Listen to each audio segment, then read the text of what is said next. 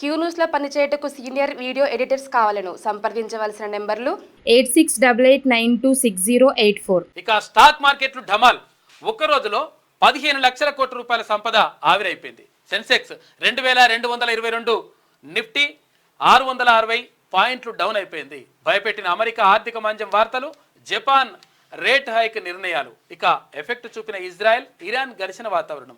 Global మార్కెట్లోనూ భారీ పతనాలు నమోదైన నిన్న.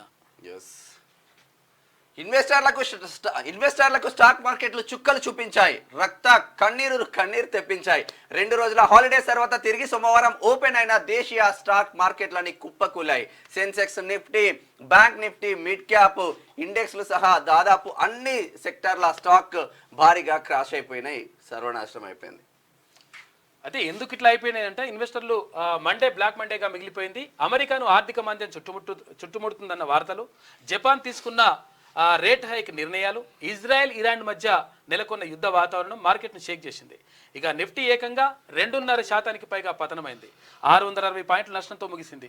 ఇక ఇంట్రాడేలో ఒక దశలో నిఫ్టీ ఇండెక్స్ 23,900 దిగువకు పడిపోయింది. ఇక సెన్సెక్స్ 2,222 అంటే 2.74% పాయింట్లు క్రాష్ అయింది. ఇక మన స్టాక్ మార్కెట్లు మాత్రమే కాదు, గ్లోబల్ మార్కెట్లన్నీ సోమవారం భారీ నష్టాలు చవిచూసినాయి. ఇక జపాన్ నికాయ్ 13% పతనం అవ్వగా, ఇక సౌత్ కొరియా కొస్సి 9% నష్టపోయింది. ఇక షాంఘై, చైనా మార్కెట్లు 1.50% వరకు పడ్డాయి. అయితే యూరోపియన్ మార్కెట్లు ఇదే బాటలో ట్రేడ్ అయినాయంట.